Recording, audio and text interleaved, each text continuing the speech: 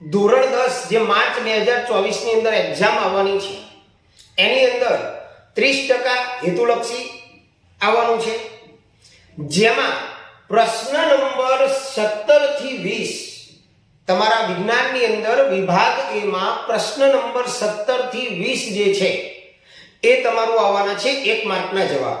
અને આ 17 થી 20 જે જવાબ પ્રશ્નો પૂછાવાના છે 4 એ તમારે પૂછાવાના છે પાઠ 6, 8, 10 અને 11 માંથી।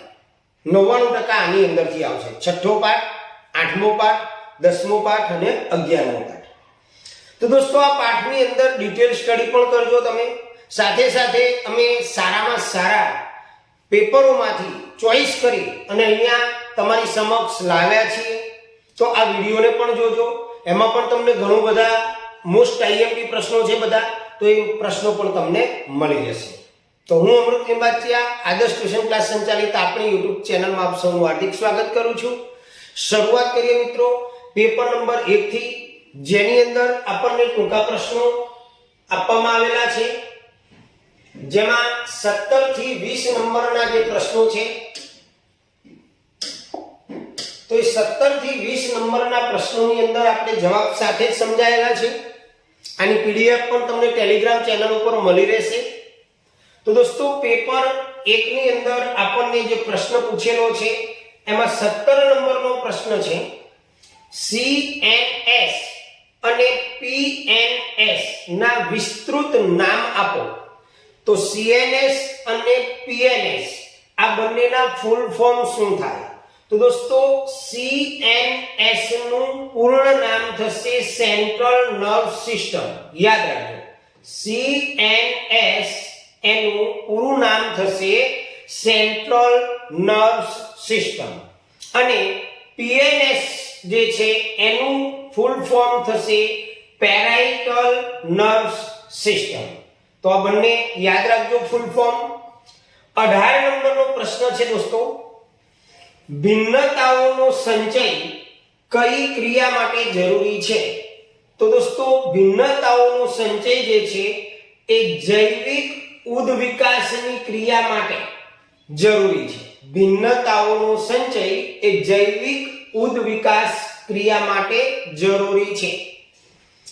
ત્યાર પછી 19 નંબરનો પ્રશ્ન છે કે પ્રકાશીય ઘટનાઓ કઈ કઈ છે? દોસ્તો પ્રકાશના કારણે બનતી કુદરતી ઘટનાઓની વાત કરીએ તો પ્રકાશીય ઘટનાઓમાં એક છે મેઘધનુષ્યનું રચાવું, બીજી ઘટના છે શ્વેત પ્રકાશનું વિભાજન અને ત્રીજું છે આકાશનો ભૂરો રંગ। આ ત્રણે ત્રણ ઘટનાઓ એ પ્રકાશીય ઘટનાઓ છે। મેઘધનુષ્યનું રચાવું, શ્વેત પ્રકાશનું વિભાજન અને આકાશનો ભૂરો રંગ, આ ત્રણેય પ્રકાશીય ઘટનાઓ છે। આગળ વધીએ મિત્રો 20 નંબરના પ્રશ્નની અંદર,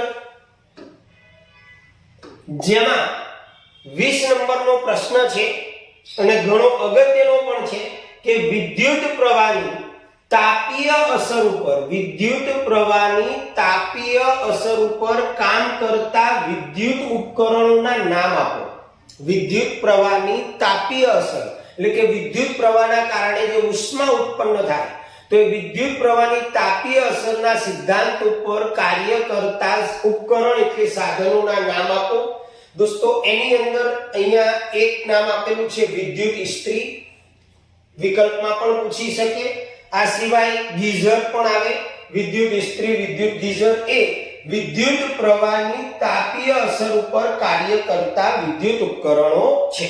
ઓકે દોસ્તો, હવે આપણે પેપર 2 ના ક્વેશ્ચનો જોઈશું। પેપર 2 ની અંદર આપણને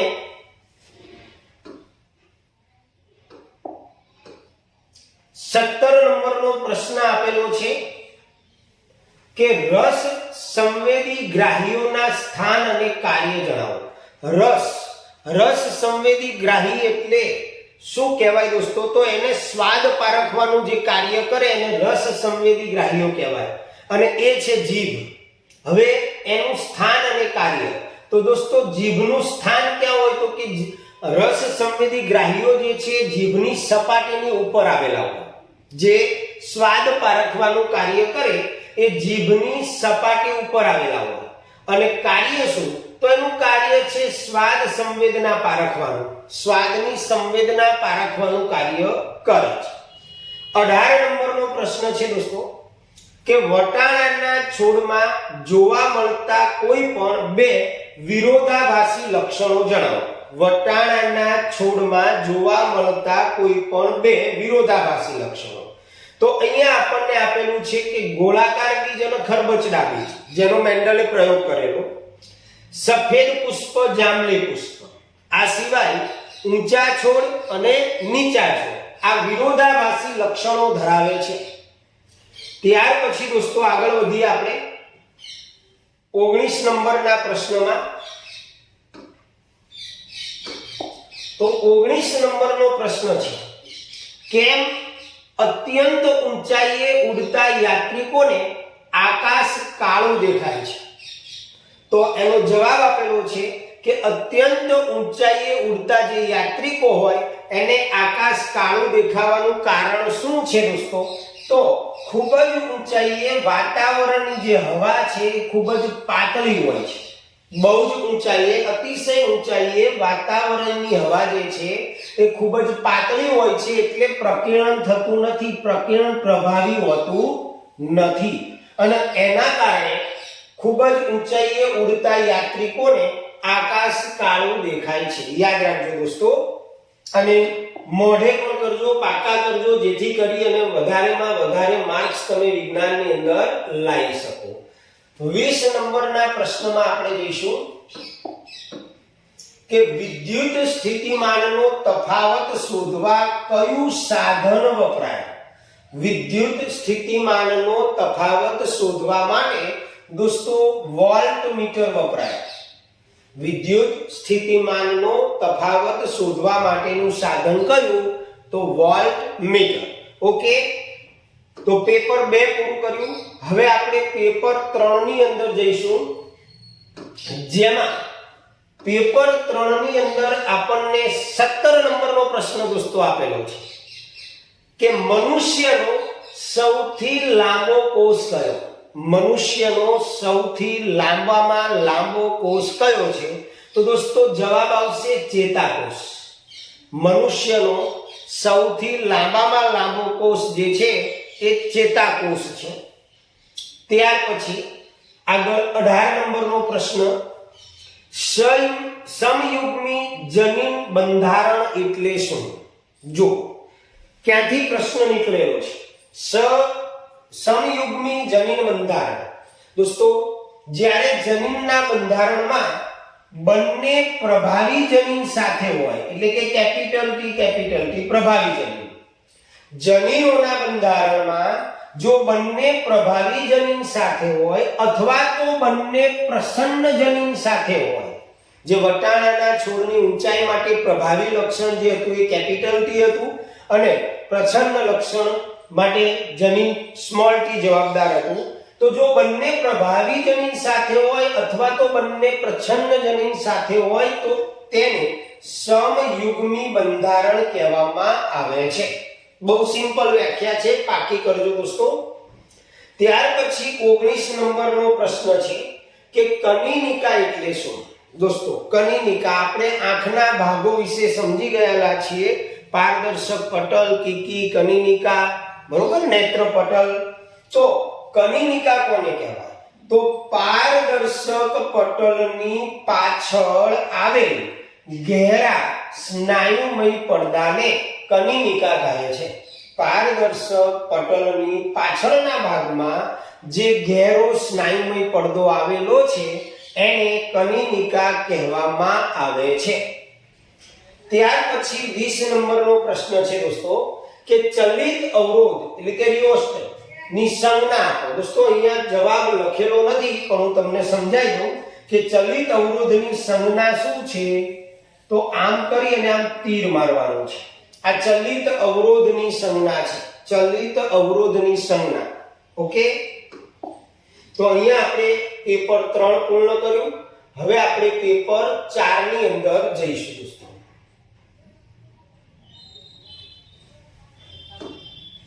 તો પેપર 4 ની અંદર આપણને ક્વેશ્ચન આપેલા છે દોસ્તો 17 નંબરનો પ્રશ્ન છે બરોબર ધ્યાનથી સાંભળજો દોસ્તો સ્કીપ ન કરતા અને કંઈ પણ મુશ્કેલી હોય તો કમેન્ટ કરજો દોસ્તો હવે આપણે 17 નંબરના પ્રશ્નમાં જઈએ કે જલાનું વર્તન એટલે શું જલાનું વર્તન આપણે વનસ્પતિની અંદર આવર્તન જોઈ ગયા તો જલાનું વર્તન એટલે જ્યારે વનસ્પતિનું મૂળ એ જમીનની અંદર પાણી તરફ આગળ વધે એમાં વૃદ્ધિ થાય એટલે કે વનસ્પતિનું મૂળ ધન જલાનું વર્તન ધરાવે છે તો જલાનું વર્તન એટલે શું પાણી પ્રત્યેનો એનું આવર્તન તો વનસ્પતિના મૂળ પાણી તરફ વૃદ્ધિ દર્શાવે છે વનસ્પતિના મૂળ જે છે એ પાણી તરફ વૃદ્ધિ દર્શાવે છે અને એને કહેવામાં આવે છે દોસ્તો જલાનું વર્તન કહે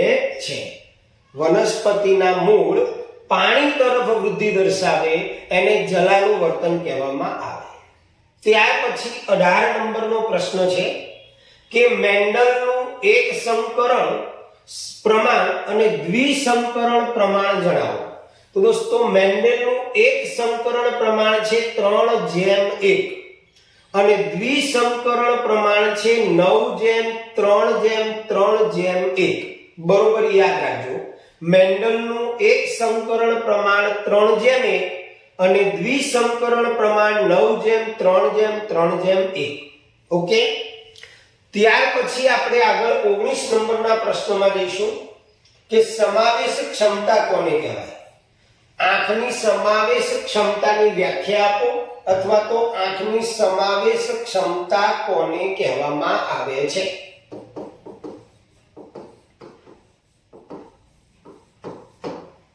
તો આંખનો જે લેન્સ હોય દોસ્તો એ લેન્સ ની પોતાની કેન્દ્ર લંબાઈમાં ફેરફાર કરવાની એની જે ક્ષમતા છે આંખના લેન્સની પોતાની કેન્દ્ર લંબાઈમાં ફેરફાર કરવાની ક્ષમતાને આંખની સમાવેશ ક્ષમતા કહેવામાં આવે છે પૂછી થોડી બરોબર યાદ રાખજો દોસ્તો પૂછાયેલો પ્રશ્ન છે આંખના લેન્સની સમાવેશ ક્ષમતા કોને કહેવાય તો લેન્સની પોતાની કેન્દ્ર લંબાઈમાં ફેરફાર કરવાની ક્ષમતાને આંખની સમાવેશ ક્ષમતા કહેવામાં આવે છે ત્યાર પછી 20 નંબરનો પ્રશ્ન છે કે જો અવરોધનું મૂલ્ય બમણું કરવામાં આવે અવરોધનું મૂલ્ય બમણું કરવામાં આવે તો વિદ્યુત પ્રવાહ કેટલો થાય અવરોધનું મૂલ્ય બમણું કરવામાં આવે તો વિદ્યુત પ્રવાહ કેટલો થાય દોસ્તો બંને વ્યસ્ત પ્રમાણમાં છે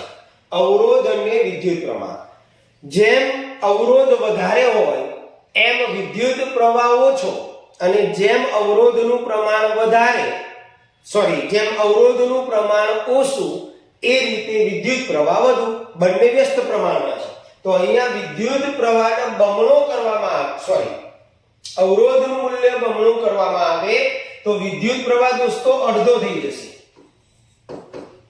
જો અવરોધનું મૂલ્ય બમણું કરવામાં આવે તો વિદ્યુત પ્રવાહ અડધો અને જો અવરોધનું મૂલ્ય અડધું કરવામાં આવે તો વિદ્યુત પ્રવાહ બમણો ઉલટો તો યાદ રાખજો અવરોધનું મૂલ્ય બમણું કરવામાં આવે તો વિદ્યુત પ્રવાહ અડધો થઈ જાય અને જો અવરોધનું મૂલ્ય અડધું કરવામાં આવે તો વિદ્યુત પ્રવાહ બમણો બંને વ્યસ્ત પ્રમાણમાં છે તો અહીંયા આપણે પેપર નંબર 4 જોયું દોસ્તો હવે આપણે પેપર નંબર 5 ની અંદર જઈશું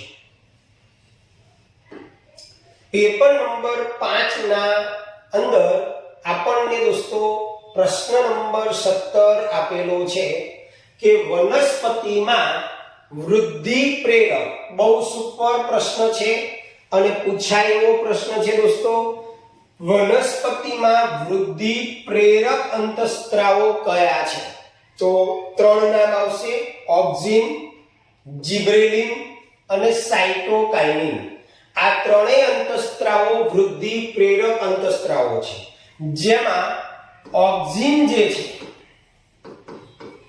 ઓક્સિન જીબ્રેલિન અને સાઇટોકાઇનિન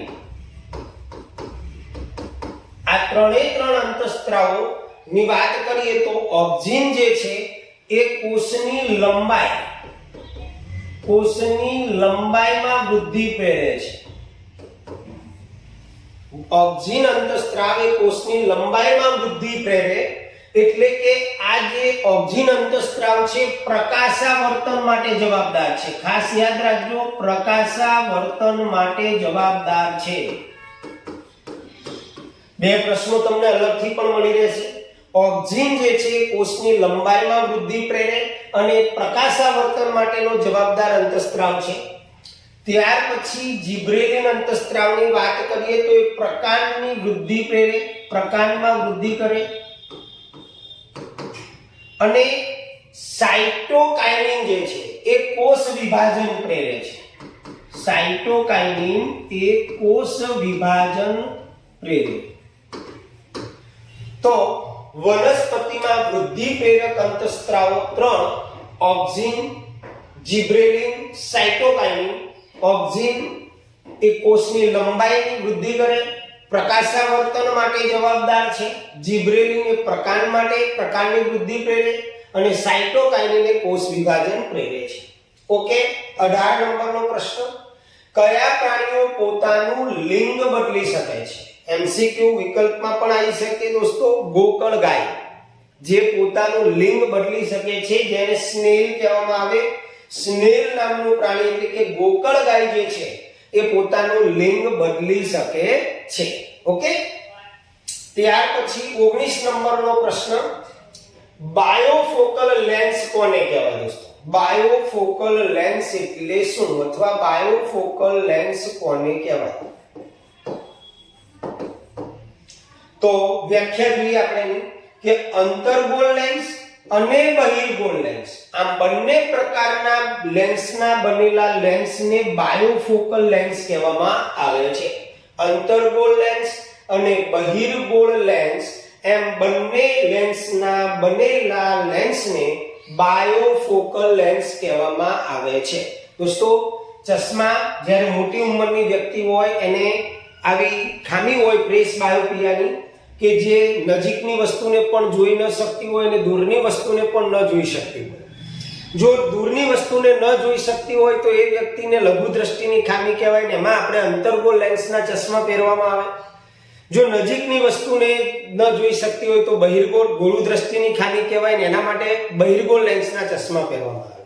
પણ કેટલીક મોટી ઉંમરની વ્યક્તિઓમાં પ્રેસ બાયોપિયાની ખામી હોય અને એના માટે જે ચશ્મા તમે હોય છે એ ચશ્માનો જે ભાગ હોય એ ચશ્મામાં અહીંયા અલગ પડતું હોય છે. આ નજીક માટે જોવા માટેના ઉપર તો બંને લેન્સનો ઉપયોગ થયેલો હોય, એટલે કે જેની અંદર અંતર્ગોળ લેન્સ અને બહિર્ગોળ લેન્સ એમ બંને લેન્સનો ઉપયોગ થયેલો હોય ને એનાથી બનેલો જે લેન્સ છે એને બાયોફોકલ લેન્સ કહેવામાં આવે છે. ઓકે, 20 નંબરનો પ્રશ્ન જોઈએ મિત્રો કે મિશ્ર ધાતુ અને તેની મૂળ ધાતુની અવરોધકતાનો સંબંધ આપો. મિશ્ર ધાતુ અને મૂળ ધાતુ.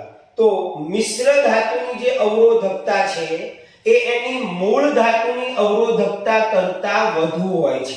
મિશ્ર ધાતુની અવરોધકતા તેની મૂળ ધાતુની અવરોધકતા કરતા વધારે હોય છે. ઓકે, તો અહીંયા આપણે 5 પેપર જોયા. હવે આગળ આપણે જઈશું 6 નંબરના પેપરમાં.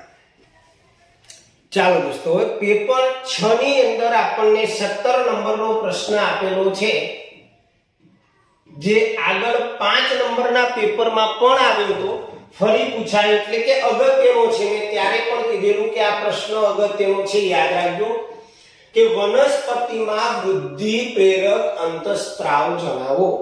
તો દોસ્તો હમણાં જ આવ્યું, આપણે એની સમજૂતી પણ તમને આપી કે કયા કયા અંતઃસ્ત્રાવો કોની વૃદ્ધિ કરે. તો 3 અંતઃસ્ત્રાવો યાદ રાખવાના: ઓક્સિન, જિબ્રેલિન અને સાઇટોકાઇનિન.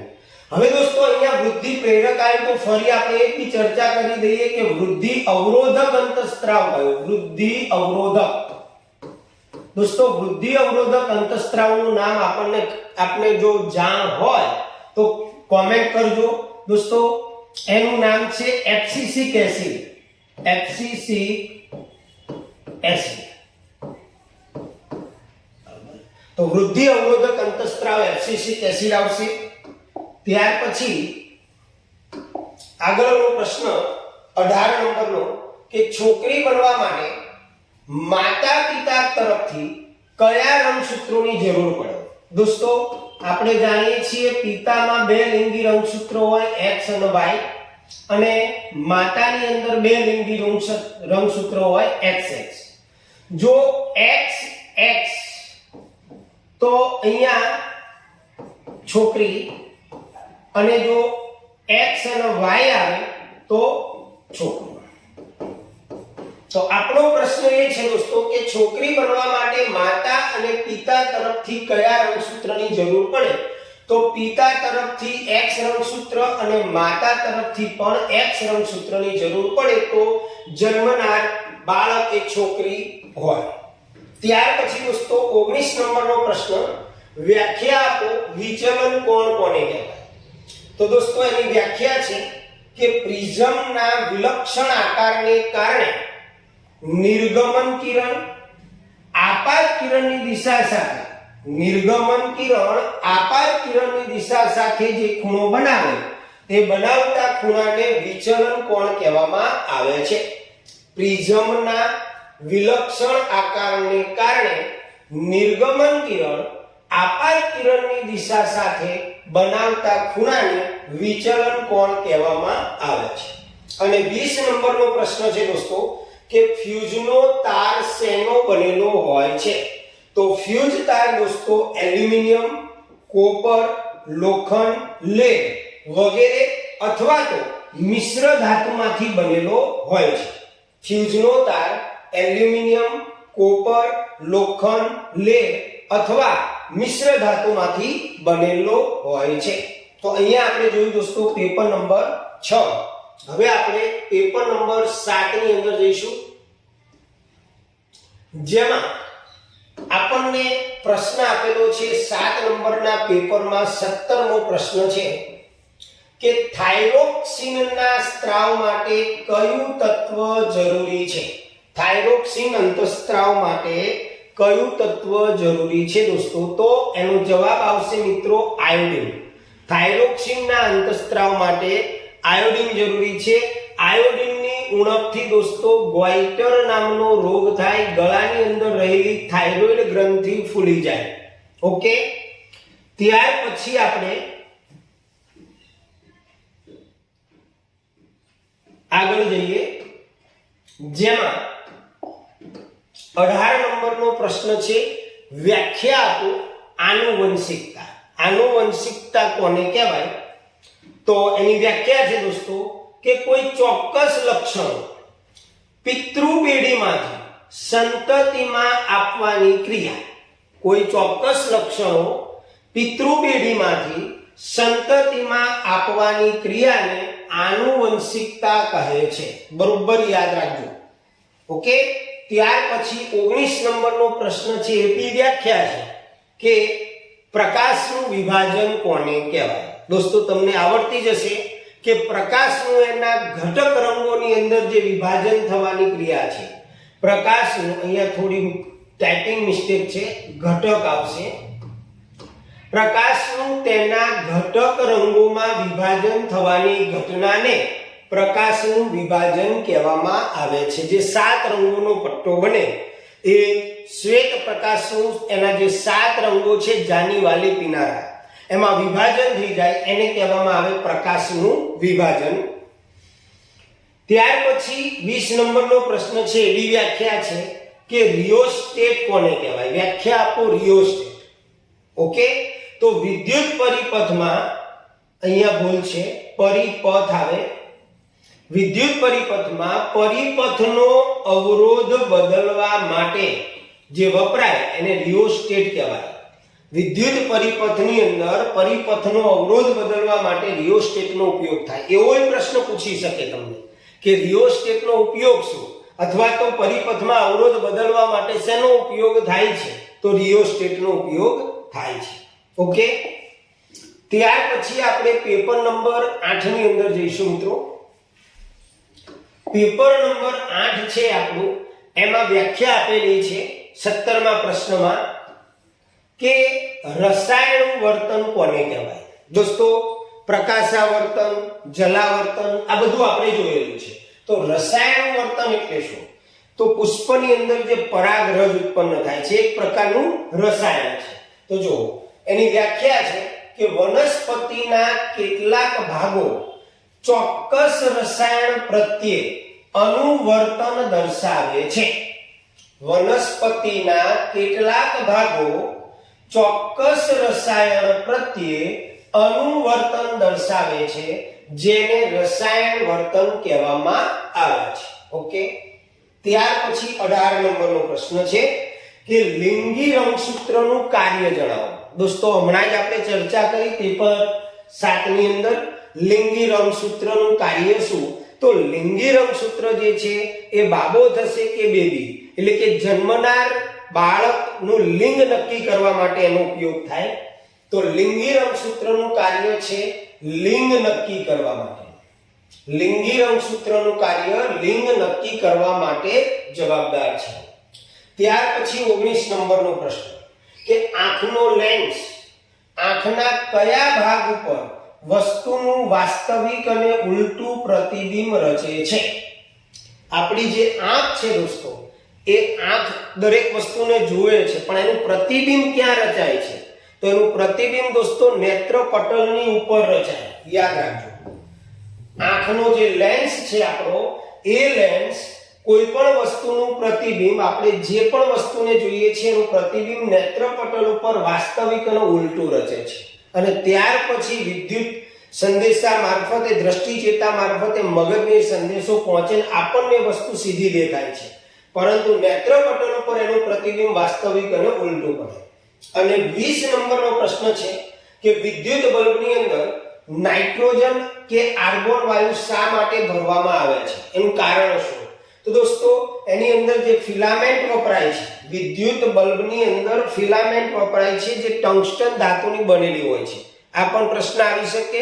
વિદ્યુત બલ્બની અંદર વપરાતી જે ફિલામેન્ટ છે, સ્પ્રિંગ જેવી રચના છે, એ ટંગસ્ટન ધાતુની બનેલી હોય છે. અને એનું આયુષ્ય વધારવા માટે આપણે બલ્બની અંદર આર્ગોન અથવા તો નાઇટ્રોજન વાયુ ભરીએ છીએ. ઓકે. તો અહીંયા બે પ્રશ્નો દોસ્તો ક્લિયર થાય. તમને એવો પણ પ્રશ્ન પૂછવામાં આવે કે બલ્બની અંદર ફિલામેન્ટનું આયુષ્ય વધારવા માટે કયા વાયુઓ ભરવામાં આવે છે? તો એની અંદર પણ જવાબ તમને પ્રશ્નમાંથી મળી રહેશે. ઓકે. નેક્સ્ટ આગળ આપણે 20 નંબરના પેપરમાં જઈએ, 9 નંબરના પેપરમાં જઈએ. તો 9 નંબરના પેપરની અંદર 17 નંબરનો પ્રશ્ન છે કે વટાણાના સૂત્રાંગો કયા પ્રકારનું આવર્તનનું ઉદાહરણ છે? તો દોસ્તો વટાણાના સૂત્રાંગો એ સ્પર્શાવર્તન પ્રકારના આવર્તનનું ઉદાહરણ છે. વટાણાના સૂત્રાંગો એ સ્પર્શાવર્તન પ્રકારના આવર્તનનું ઉદાહરણ છે. ઓકે. 18 નંબર, કયા સજીવમાં પુનર્જનન અને કલિકા સર્જન એમ બંને પ્રકારના અલિંગી પ્રજનન જોવા મળે છે? એવું કયું સજીવ છે કે જેની અંદર પુનર્જનનની રીતે પણ પ્રજનન કરે છે અને કલિકા સર્જનની રીતે પણ પ્રજનન કરે છે? તો એનો જવાબ છે દોસ્તો હાઇડ્રા. હાઇડ્રા વનસ્પતિની અંદર પુનર્જનન અને કલિકા સર્જન બંને પ્રકારના અલિંગી પ્રજનન જોવા મળે છે. ત્યાર પછી 19 નંબરના પ્રશ્ન માટે આપણે થોડું ઉપર જઈશું, કારણ કે અધૂરો પ્રશ્ન છે. જો અહીંયા પહેલા તો તમને પ્રશ્ન બતાવું. જગ્યા વધારે છૂટી ગયેલી છે. નીચેનામાંથી બંધ બેસતી ન હોય તેવી જોડ શોધીને લખો. હવે અહીંયા તમારે ધ્યાન રાખવાનું છે, થોડું ટાઈપિંગ મિસ્ટેક થયેલું છે, હું લખી દઉં છું કે ખૂણો I છે, ત્યાર પછી ખૂણો E છે અને ત્યાર પછી ખૂણો D છે, અને એની સામે આપણને આપેલું છે આપાત કોણ,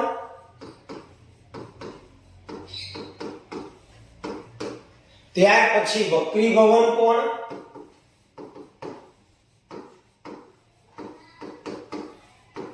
અને વિચલન કોણ.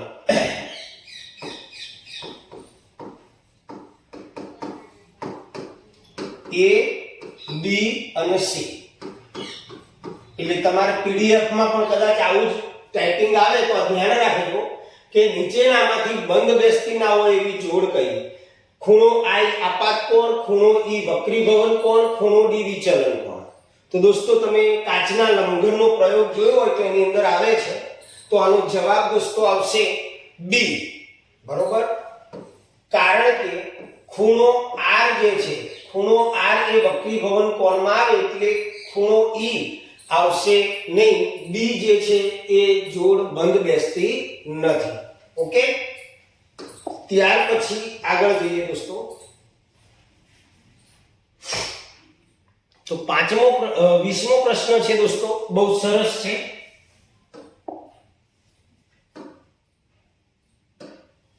હવે 20મા પ્રશ્નમાં આપણને એવું આપેલું છે કે આર અવરોધ ધરાવતા તારના 5 સમાન ટુકડા કરવામાં આવે છે.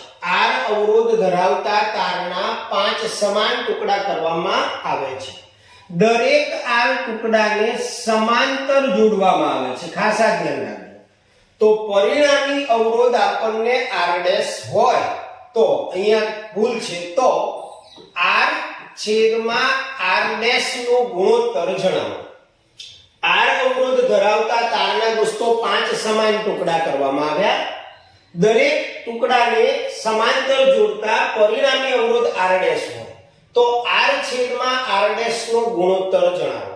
દોસ્તો ધ્યાન રાખજો, આપણે સમજીએ આખો દાખલો. જવાબ 25 આવે છે. કેવી રીતે આવે છે?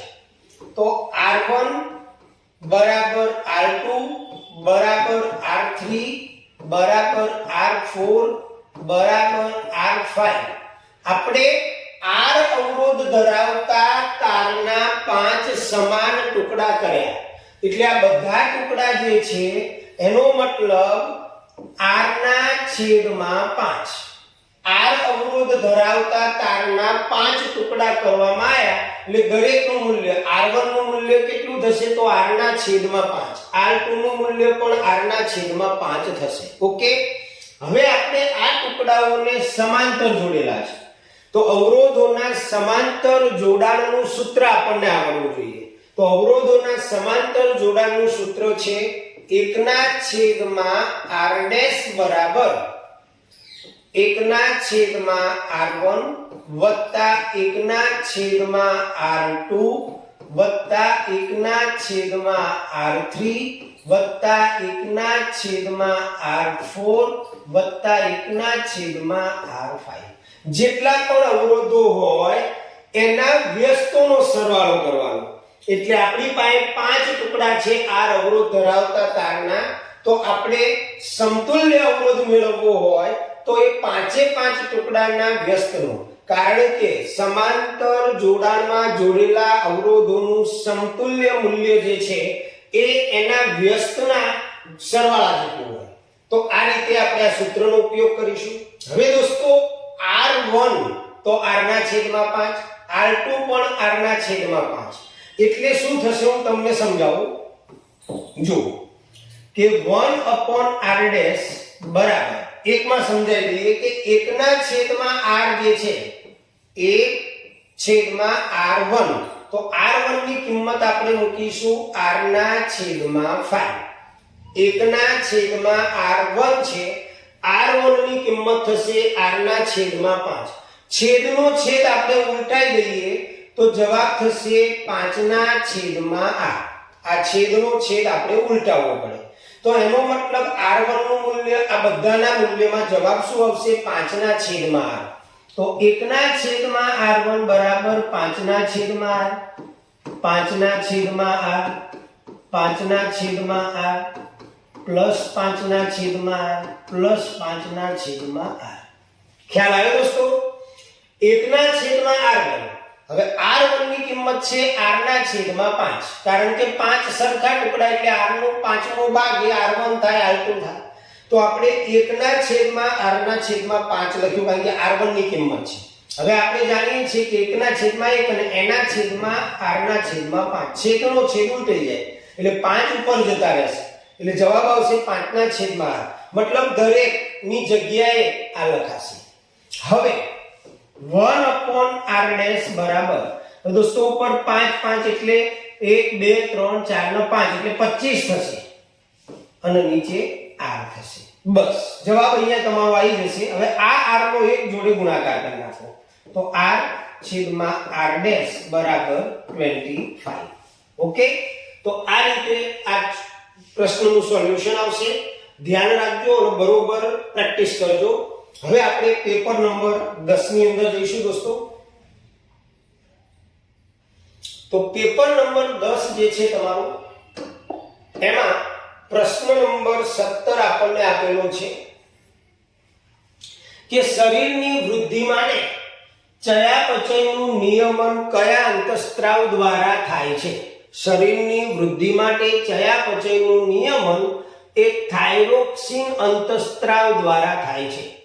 ઓકે, ત્યાર પછી 18 નંબરનો પ્રશ્ન છે માતાના શરીરમાં ગર્ભસ્થ ભ્રૂણ શાના દ્વારા પોષણ પ્રાપ્ત કરે છે? ખૂબ જ અગત્યનો પ્રશ્ન છે કે ગર્ભની અંદર રહેલું જે ભ્રૂણ છે માતાના શરીરમાં એ કઈ રચના દ્વારા પોષણ મેળવે છે? તો દોસ્તો એનો જવાબ આવશે જરાયુ. માતાના શરીરની અંદર ગર્ભસ્થ ભ્રૂણ એ જરાયુ દ્વારા પોષણ મેળવે છે, જે રકાબી જેવી રચના હોય છે. ત્યાર પછી આપણને આપેલો છે 19 નંબરનો પ્રશ્ન. આ પણ ખૂબ જ સરસ પ્રશ્ન છે દોસ્તો કે નીચેનામાંથી બંધ બેસતી ન હોય તેવી જોડ શોધીને લખો. બંધ બેસતી ન હોય, આ ખાસ જોવાનું. વાંચતી વખતે જો ન રહી ગયો તો તમારો જવાબ ખોટો પડશે, કારણ કે તમે બંધ બેસતી જોડ લખીને આવતા રહેશો. તો ન હોય તેવી જોડ શોધીને લખો. અહીંયા એમાં આપણને આપેલું છે માયોપિયા, આંખના લેન્સની કેન્દ્ર લંબાઈ ઘટે. દોસ્તો માયોપિયા એટલે લઘુ દ્રષ્ટિની ખામી. ત્યાર પછી બી આપેલું છે હાઇપરમેટ્રોપિયા એટલે કે ગુરુ દ્રષ્ટિની ખામી, આંખના લેન્સની કેન્દ્ર લંબાઈ વધે. અને સી આપેલું છે પ્રેસબાયોપિયા, આંખના લેન્સની કેન્દ્ર લંબાઈમાં કોઈ ફેરફાર થતો નથી. ઓકે, તો આમાંથી પહેલા તો આપણને ખ્યાલ હોવો જોઈએ કે લઘુ દ્રષ્ટિની ખામીની અંદર શું થાય. તો દોસ્તો લઘુ દ્રષ્ટિની જે ખામી છે એમાં આંખના લેન્સની કેન્દ્ર લંબાઈ ઘટે છે, એટલે આ સાચું છે. ગુરુ દ્રષ્ટિની ખામીમાં આંખના લેન્સની કેન્દ્ર લંબાઈ વધે, એ બી સાચું છે. હવે પ્રેસબાયોપિયા એ મોટી ઉંમરની વ્યક્તિઓમાં થાય. હવે મોટી ઉંમરની વ્યક્તિઓમાં સિલિયરી સ્નાયુઓ જ્યારે ક્રમશઃ નબળા પડી જાય, સિલિયરી સ્નાયુઓ ક્રમશઃ નબળા પડે અને નેત્રમણી જે છે એ પોતાની સ્થિતિસ્થાપકતા ગુમાવે, એટલે કે ઓછી થઈ જાય અને એના કારણે કેન્દ્ર લંબાઈમાં વધારો થાય. દોસ્તો એની કેન્દ્ર લંબાઈમાં વધારો થાય જ્યારે અહીંયા આપણને એવું આપેલું છે કે કેન્દ્ર લંબાઈમાં કોઈ પણ ફેરફાર થતો નથી, એટલે બંધ બેસતું જોડકું સી આવશે. સી એ બંધ બેસતું નથી. ઓકે, ત્યાર પછી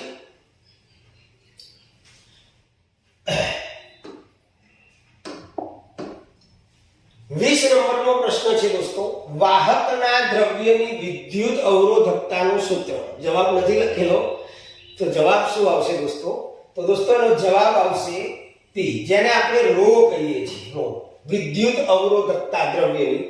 પી બરાબર આર આર એ અને છેદમાં એમ. આ દ્રવ્યની વિદ્યુત અવરોધકતાનું સૂત્ર છે રો. R એટલે શું? તો R એટલે અવરોધ અને A એટલે આડછેદ અને L એટલે લંબાઈ. તો P જેને રો કહેવામાં આવે છે, R એ છેદમાં L દ્રવ્યની વિદ્યુત અવરોધકતાનું સૂત્ર છે. તો દોસ્તો આજના વિડિયોની અંદર આપણે 10 પેપરોનું રિવિઝન કર્યું, એટલે કે એવરેજ 40 એક વાક્યના જવાબો જોયા. આપ આ વિડિયોને વારંવાર જોઈ અને આ પ્રશ્નોને બરોબર તૈયાર કરી લેજો. 100% ફાયદો થશે, ગેરંટીથી ફાયદો થશે દોસ્તો, કારણ કે બહુ ચૂંટેલા પ્રશ્નો છે. હવે પછીના વિડિયોની અંદર આપણે બીજા 10 પેપરોનું સોલ્યુશન કરીશું. ઓકે, તો અહીંયા આપણે રાખીશું દોસ્તો. આજના વિડિયોમાં બસ આટલું જ. જો આપ અમારી ચેનલ પર નવા હો તો સબસ્ક્રાઇબ કરી લેજો, જેથી નવા બનનાર વિડિયો જે છે આપના સુધી પહોંચતા રહે અને ચેનલને લાઈક અને શેર જરૂર કરજો દોસ્તો, જેથી અમને થોડું પ્રોત્સાહન મળે અને અમે તમારા માટે સારું સારું મટીરિયલ લઈને આવતા રહીએ. તો આવજો, Tata, bye bye, C you.